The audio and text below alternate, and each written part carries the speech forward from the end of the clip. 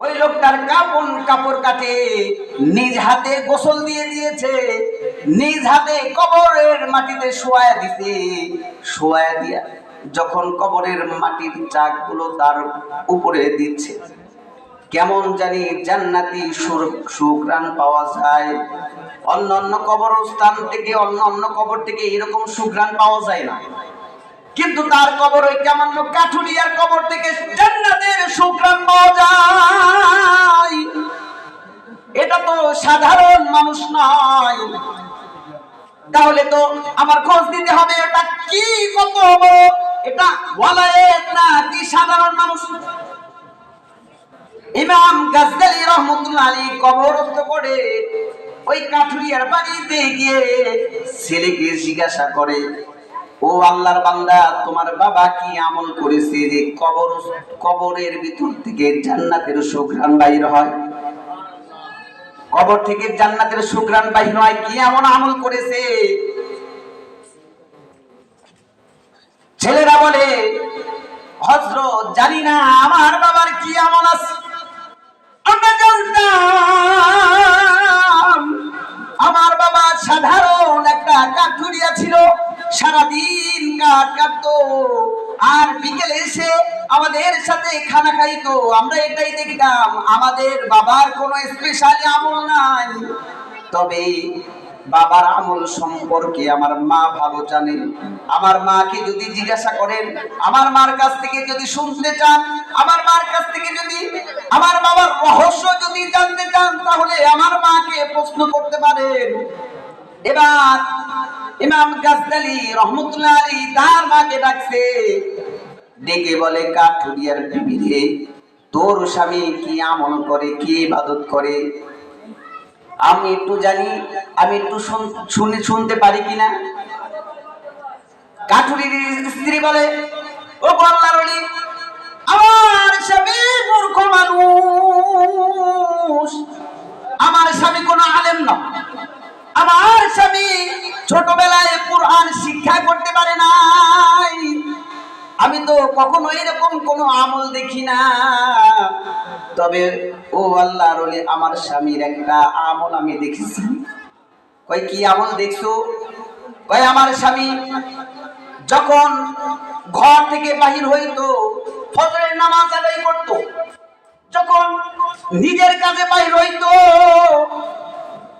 আমার ঘরে এরকম স্পেশাল শোয়ার কোনো খাটও ছিল না, আমার ঘরে কোনো আসবাবপত্র নাই, তবে একটা তাক আছে, তাক, ওই তাকের উপর একটা কোরআনের কপি আছে, ওই কপিটা নিয়ে সকালবেলা আমার স্বামী বুকে জড়া ধরতো আর বাচ্চাদের মতো কান্না করতো, আর আঙ্গুল দিয়ে ওই অক্ষরগুলো, ওই আয়াতগুলো ধরতো আর চোখের পানি ফালাইতো।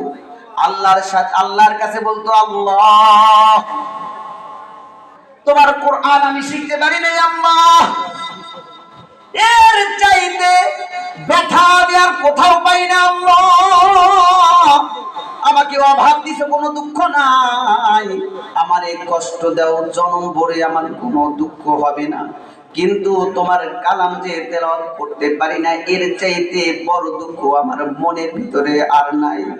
ও আল্লাহ, আমার একটু, আমার ইচ্ছা তোমার কালামটা আমি শিক্ষা করব, তোমার কালামটা আমি শিক্ষা করব। সদা সর্বদা এই কথা বলে, সদা সর্বদা এই কথা বলে,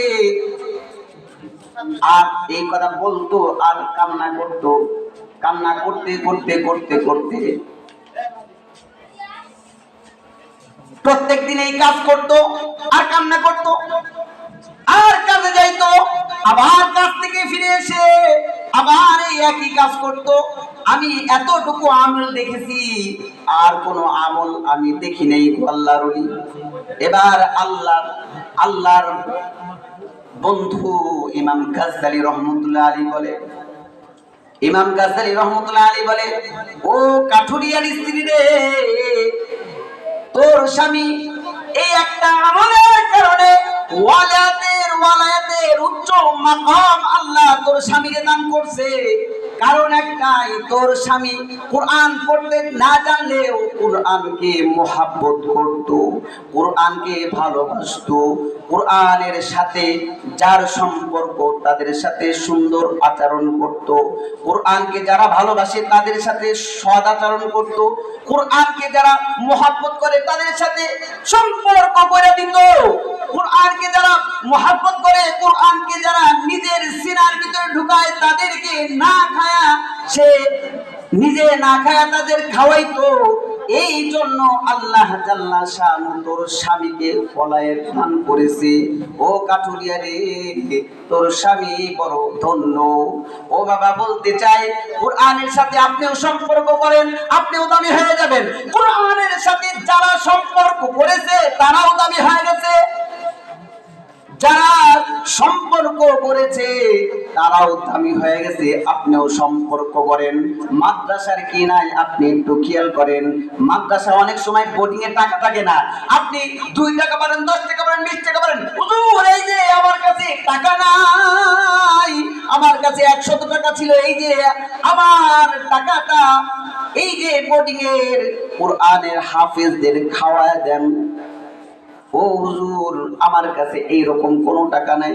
আল্লাহর জন্য করেন, হাসরের ময়দানে এর উসিলা করে আল্লাহ জাল্লা শানু আপনার ওয়ালায়াতের নাম দপ্তরে আপনার নামটাও দিতে পারে। হাসরের ময়দানে এর উসিলা করে আল্লাহ আপনার জান্নাতের ফয়সালা করে দিতে পারে। এই জন্য কোরআনের সাথে যারা সম্পর্ক করে তারা কখনো ঠকে না, কখনোই ঠকে না। দেখেন না, কাঠ ওর কোনো দাম নাই, কিন্তু যখনই রেহাল বানায় কাঠ দিয়ে কোরআনের সাথে সম্পর্ক, তো তখনই রেহালটার দাম হয়ে গেছে। জুজদান কাপড়, কোন কাপড়ের দাম নাই। কত টাকার কাপড়, 50,000 কোটি টাকার দামের কাপড়ের যে মূল্য নাই, কিন্তু একটা জুজদানের মূল্য সাধারণ মুসলমানের কাছে তার চেয়ে বেশি। জোরে কোন ঠিক না ঠিক? কোরআনের সাথে যারা সম্পর্ক করবে তাদের কে আল্লাহ উচ্চ মাকাম দান করবেন। আল্লাহ জাল্লা শানু আমাদের সকলকে কোরআনের সাথে মহব্বত, কোরআনের সাথে ভালোবাসা করার তৌফিক দান করে। যারা কোরআন নিজের সিনায় ঢুকাইয়েছে, হাফেজ কোরআন, তাদের সাথে সুসম্পর্ক যেন করার তৌফিক দান করে। আল্লাহ জাল্লা শানু আমাদের সকলকে আমল করার তৌফিক দান করেন। আমিন ওয়া আখির দাওয়া আনিল হামদুলিল্লাহি রাব্বিল আলামিন। আমার কথার ভিতরে যদি কোনো ভুল ভ্রান্তি হয়ে থাকে নিজ গুণে ক্ষমা করে দিন, আর আমার জন্য দোয়া করেন আল্লাহ জাল্লা শানু যেন আমাকে দিনের জন্য কবুল এবং মঞ্জুর করে নেয়।